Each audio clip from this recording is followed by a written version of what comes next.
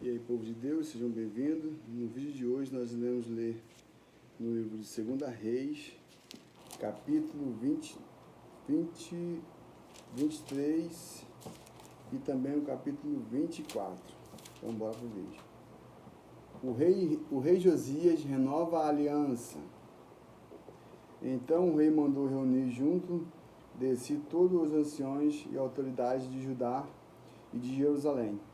O rei dirigiu-se ao templo do Senhor, acompanhado de todos os homens de Judá, os moradores de Jerusalém, os sacerdotes, os profetas e todo o povo, dos mais jovens e simples ao mais idoso e influente cidadão, e leu com grande voz diante deles todas as palavras do livro da aliança que tinha sido achado na casa de Yahvé.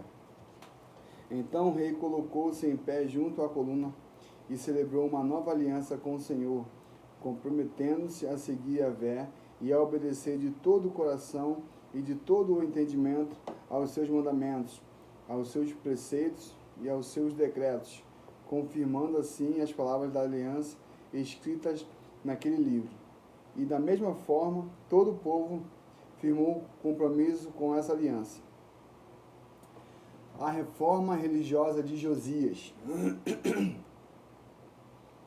O rei também ordenou que o sumo sacerdote Ilquias, os sacerdotes da segunda ordem e os guardas da entrada retirassem da casa de Yahvé todos os objetos que tinham sido feitos em adoração e homenagem aos deuses Baal, Azera e a multidão de astros chamados de exércitos celestiais, e os queimou fora de Jerusalém, nos campos de Cedrão, e levou as cinzas deles para Betel, destituindo todos os falsos sacerdotes, homens pagãos que os próprios reis de Judá haviam nomeado para queimar incenso sagrado sobre os altares idólatras das colinas nas cidades de Judá e ao redor de Jerusalém, como também os que queimavam incenso a Baal, ao sol, à lua, aos planetas e a todo o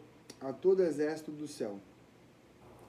Também tirou da casa do Senhor o poste idólatra sagrado que mandava levar para fora de Jerusalém até o vale de Cedrão, no qual o queimou e o reduziu a cinzas, que lançou sobre as sepulturas do povo. Da mesma forma, derribou os aposentos dos prostitutos religiosos, conhecidos como sodomitas, e que ficavam nas dependências do templo do Senhor, local onde as mulheres trabalhavam, tecendo as roupas usadas nos cultos de adoração à deusa Aserá. Josias ainda mandou trazer os sacerdotes da cidade de Judá, e desde Jebá até Berseba, desonrando os altares idólatras junto às portas, inclusive o altar da entrada da porta de Josué, o governador da cidade, que fica à esquerda da porta da cidade. Embora os sacerdotes dos altares não servissem no altar de Yahvé em Jerusalém, comiam pães sem fermento junto com os sacerdotes, seus colegas. De igual modo, profanou Tofete, o lugar pagão de adoração que ficava no vale de Ben-Hinom, e a destruição foi de tal ordem que ninguém mais conseguiu sacrificar ali seus filhos e filhas, queimando-os em adoração ao deus Moloque, como era costume se fazer. Exterminou todos os cavalos que os reis de Judá tinham consagrado ao deus Sol e que ficavam na entrada da casa de Yahvé, próximo da sala de um oficial chamado Natameleque. Também queimou todas as carruagens dedicadas ao culto do sol.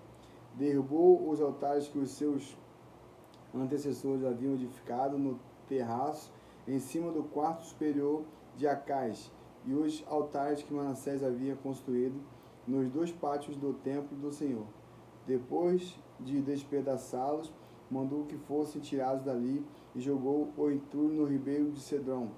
O rei desonrou também os altares das colinas, conhecidos como lugares altos, situados a leste de Jerusalém, ao sul no Monte das Oliveiras, também chamado de monte da destruição e monte do pecado, os quais Salomão, o próprio rei de Israel, tinha mandado construir em homenagem a Astarote, o abominável deus dos Sidônios, a Quemos, o abominável deus dos Moabitas, e a Milcom, o abominável deus dos Amonitas.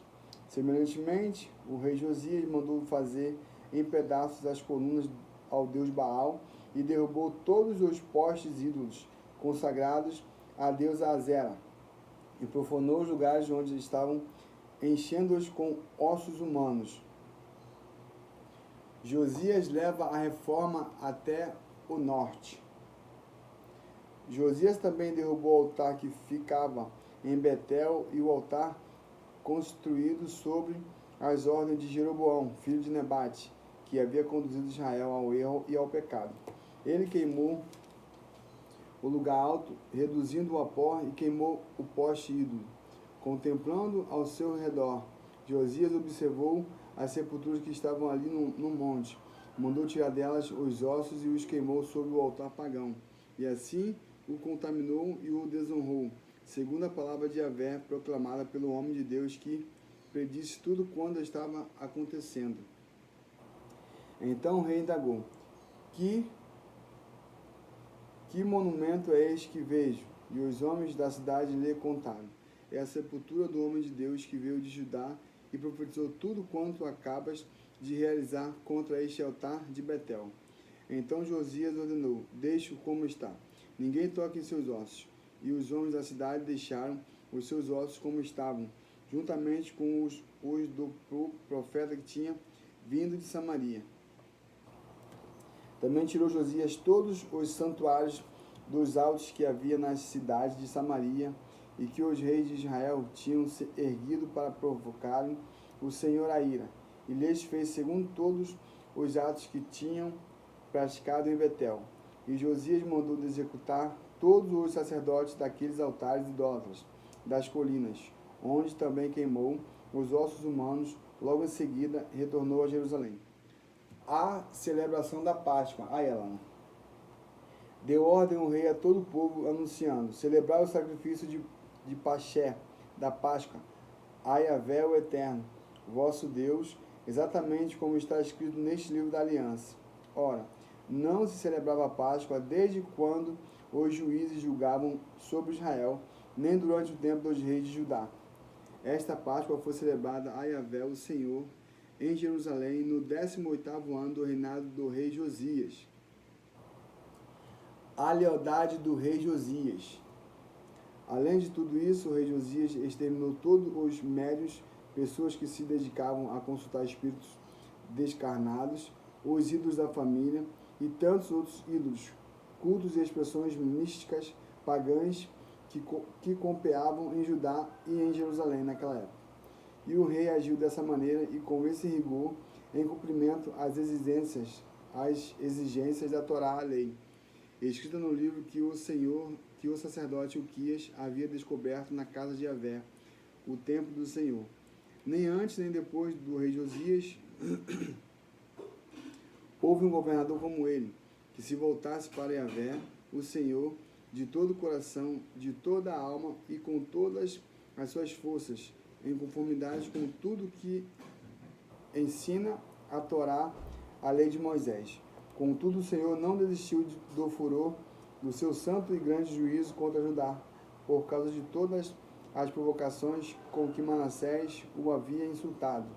Então determinou o Senhor: Eis que eu também expulsarei Judá da minha presença, assim como expulsei e rejeitei esta cidade de Jerusalém, que escolhi para meu deleite, como também o templo do qual eu prometi. O meu nome permanecerá ali para sempre. A morte do rei Josias. O restante da história do rei Josias, tudo o que fez, está porventura escrito no livro dos registros históricos dos reis de Judá? Durante o reinado de Josias, o faraó Neco, rei do Egito, tentou ajudar o rei da Síria e avançou até o rio Eufrates. Então o rei Josias marchou para combatê-lo, mas o faraó Neco conseguiu matá-lo assim que o avistou no campo de batalha em Megido. Seus oficiais transportaram o morto em seu carro real de guerra, de Megido até Jerusalém, e o sepultaram no seu jazigo da família. E o povo da terra aclamou Jeoacás, filho de Josias, ungiram-no e proclamaram rei em lugar de seu pai. O reinado e deposição de Jeoacás. Jeoacás tinha 23 anos quando deu início ao seu governo e reinou apenas durante 3 meses em Jerusalém. Sua mãe se chamava Umutal, filha de Jeremias de Líbano. Ele, entretanto, fez o que era mal, segundo o ponto de vista do Senhor, da mesma forma que seus maus antepassados fizeram. O faraó Neco mandou prendê-lo em Ribla, na terra de Amate, para que não reinasse em Jerusalém, e exigiu da nação um imposto de 3,5 toneladas de prata e 35 quilos de ouro. O faraó Neco também constituiu Eliaquim, filho de Josias, rei em lugar de seu pai Josias, e mudou o seu nome para Jeoaquim, mas levou consigo Jeoacás ao Egito, onde morreu. Jeoaquim pagou ao faraó toda a prata e ouro exigidos, mas teve de criar impostos na terra a fim de honrar o tributo instituído pelo faraó. E, portanto, exigiu também prata e ouro de cada cidadão conforme as suas posses. O reinado de Jeoaquim em Judá.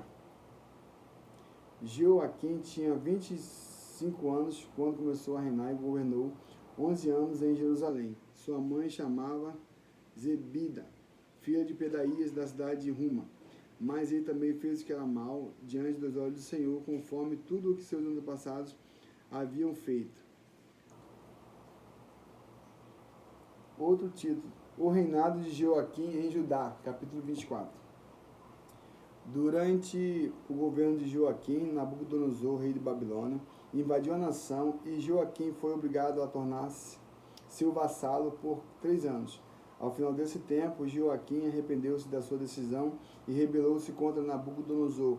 Então o Senhor mandou tropas dos babilônios, dois sírios, 2 moabitas e 2 amonitas contra Joaquim, e as enviou contra Judá, com o objetivo de o aniquilarem, de acordo com tudo que a palavra do Senhor já havia antecipado por intermédio de seus servos, os profetas.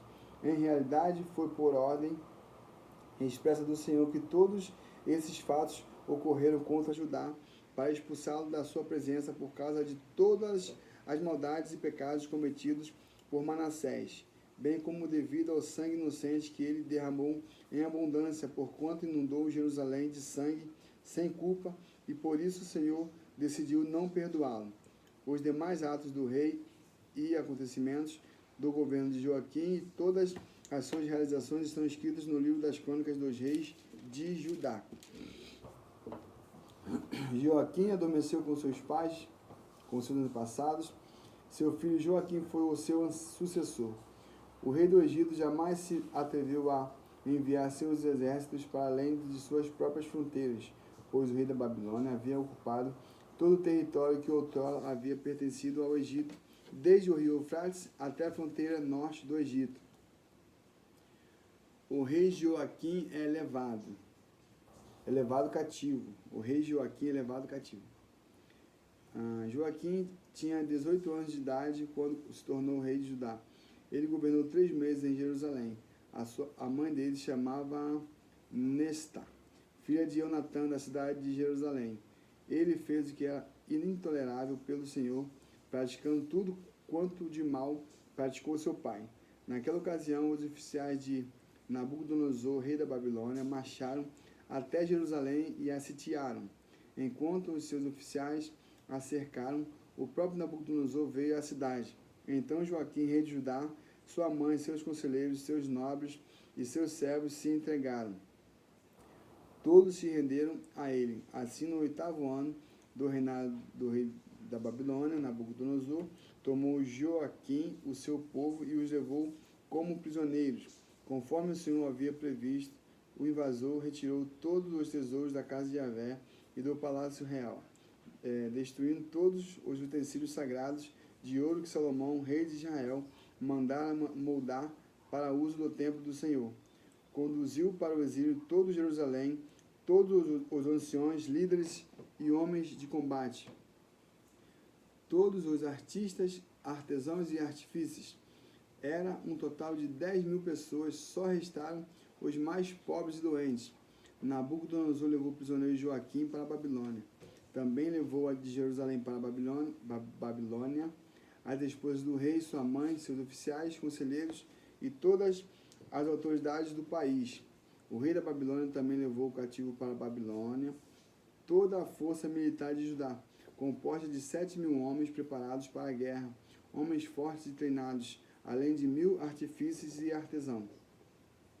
Obrigou Matanias, tio de Joaquim, a reinar em seu lugar e mudou seu nome para Zedequias. O reinado de Zedequias. Tinha Zedequias a idade de 20 anos e 1 ano, quando começou a reinar, e governou 11 anos em Jerusalém. Sua mãe se chamava Umatai e era filha de Jeremias de Libna. Ele praticou o que o Senhor reprovava, tal como fizera Joaquim.